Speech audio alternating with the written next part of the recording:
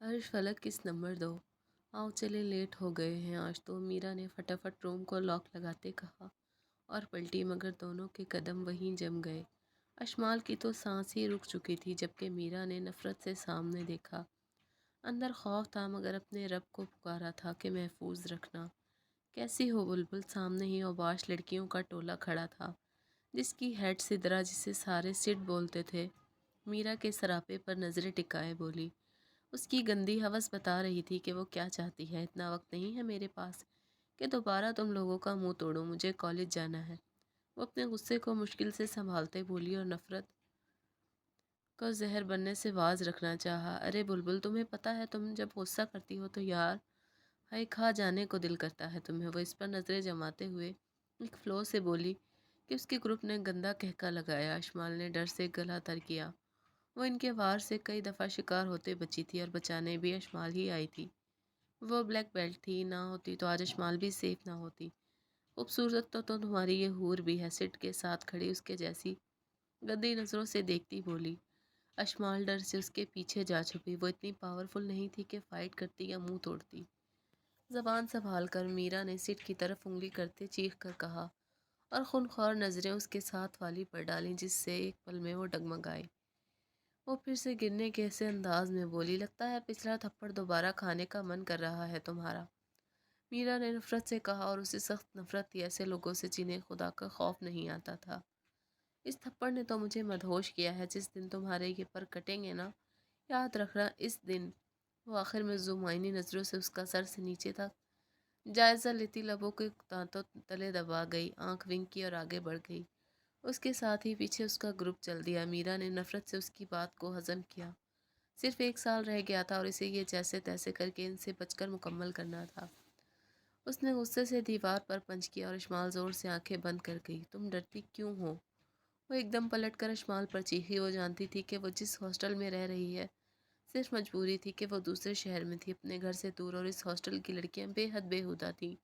वो अपनी ज़ात की तस्कीन के लिए, नफ्स की लज्जत के लिए हर बुरे फेल, हर तरह की हदें फलांग लेती थी, और वो कैसे अपने रब से अपनी हिफाजत की दुआएं मांगती थी। और इसके रब ने उसे बचाया भी था और लड़ने की हिम्मत भी दी थी, मगर वो डर जाती थी। अशमाल की वजह से जो डरपोक थी, उसकी सिर्फ मीरा ही दोस्त थी। उसे यहाँ का माहौल खौफजदा करता था, और कितनी दफ़ा मीरा ने उसे बचाया था। उसे डर था कि कहीं अशमाल को वो किसी भी तरह नुकसान न पहुँचा दे। मैं क्या करूँ? तुम्हारी तरह स्ट्रांग नहीं हूँ, फाइट नहीं आती मुझे। मैं क्या करूँ? वो जब्त करने के बावजूद रोती, उसकी टांगें खौफ से कांप रही थी। लिसन, मेरे अलावा कहीं भी किसी भी जगह अकेली नहीं जाओगी तुम, समझी? मेरे बिना डोर नहीं खोलोगी। जब तक मैं हूँ तुम्हें कोई हाथ तो लगाए, और स्ट्रांग बनो। मेरी सांसें ताउम्र तुम्हारे साथ वफा नहीं करेंगी, ओके? और उसके खौफ और हालत को समझती उसे गले लगा गई। वो खुद भी रिलैक्स हुई और गहरे सांस लिए। इश्माल की भी हिम्मत थोड़ी बहाल कर चुकी थी। दोनों हिम्मत करते धड़कते दिल से हॉस्टल से निकली।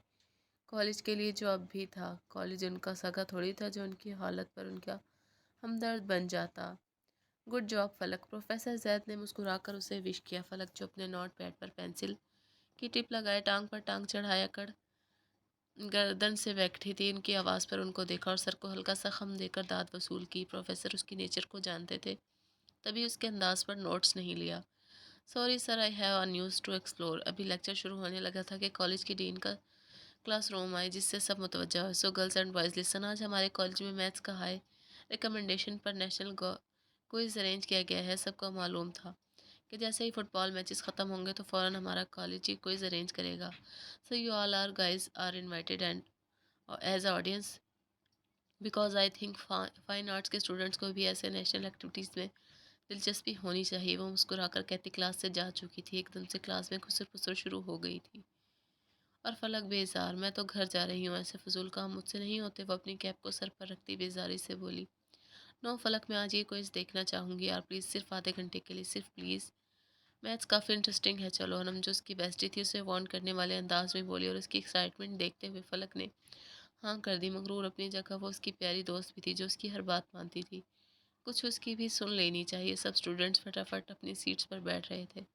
कुछ इस शौक में आए कि क्लासेस नहीं होंगी, और कुछ इसलिए आए कि नए नए कॉलेजेस के नए हसीन चेहरे देखेंगे कि आखिर दूसरे कॉलेजेस में कैसी कैसी बहारें हैं। हर दौर का, हर तरह का मिजाज का स्टूडेंट موجود تھا۔ فلک اور وہ بھی حال میں انٹر ہوئے، وہ حسین تھی۔ تبھی وہاں کے لڑکے اور لڑکیاں بھی اس کی طرف دیکھ رہے تھے۔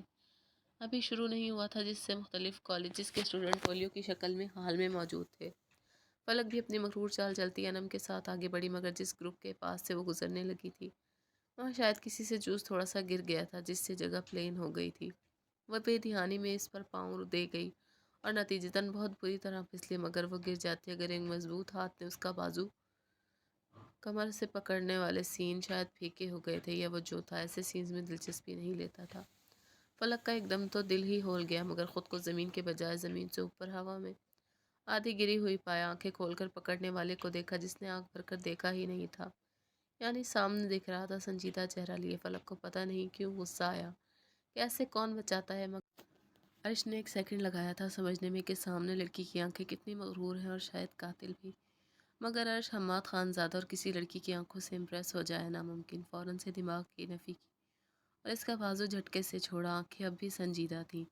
میراق جو یہ سب دیکھ رہا تھا حیران تھا کہ ایک پل میں کیا سین کریٹ ہوا تھا۔ تھینکس، بالوں کو وہی سپاٹ انداز سے جھٹکتی بولی اور بے دھڑک نظر کے ساتھ کھڑے میراق کا پھندی پر گئی، پھر پلٹ کر اسے دیکھا۔ احسان نہیں کیا، وہ اس کی تھینکس کو گھاس نہ ڈالتے۔ اپنے گروپ کی طرف منہ کر گیا اور فلک کے جسم میں آگ سی لگ گئی، کیونکہ اس لڑکے نے اسے اگنور کیا تھا۔ وہ کوئی اس کی نظر کی طلبگار تھوڑی تھی، مگر اس نے اس باہر کے نہ جانے کون سے کالج کے پتہ نہیں امیر بھی تھا کہ نہیں۔ فلک المیر سلطان کو اکڑ دکھائی، ایٹیٹیوڈ دکھایا۔ ہاؤ ڈیئر از ہی! وہ غصے سے اس کو کچھ کہنے ہی لگی تھی کہ میراق اس کے سامنے آیا، جس سے وہ پل بھر کو خاموش ہوئی۔ Are you okay? لسن، وہ میرا دوست ہے، تھوڑی نیچر سے سنجیدہ ہے، باقی کوئی مسئلہ نہیں ہے۔ آپ تھینکس نہ کہیں، کیونکہ زیادہ تو آپ نے خود ہی خود کو بچا لیا۔ وہ مخصوص دل کو موہ لینے والے انداز اور مسکان سے بولا۔ انم مسپرائز ہوئی تھی اس کی آواز سے، اور صرف ایک پل کے لیے فلک المیر سلطان کا میراق کا فندی کے انداز پر دل موم ہوا تھا اور دھڑکا بھی تھا، مگر فوراً سے دوبارہ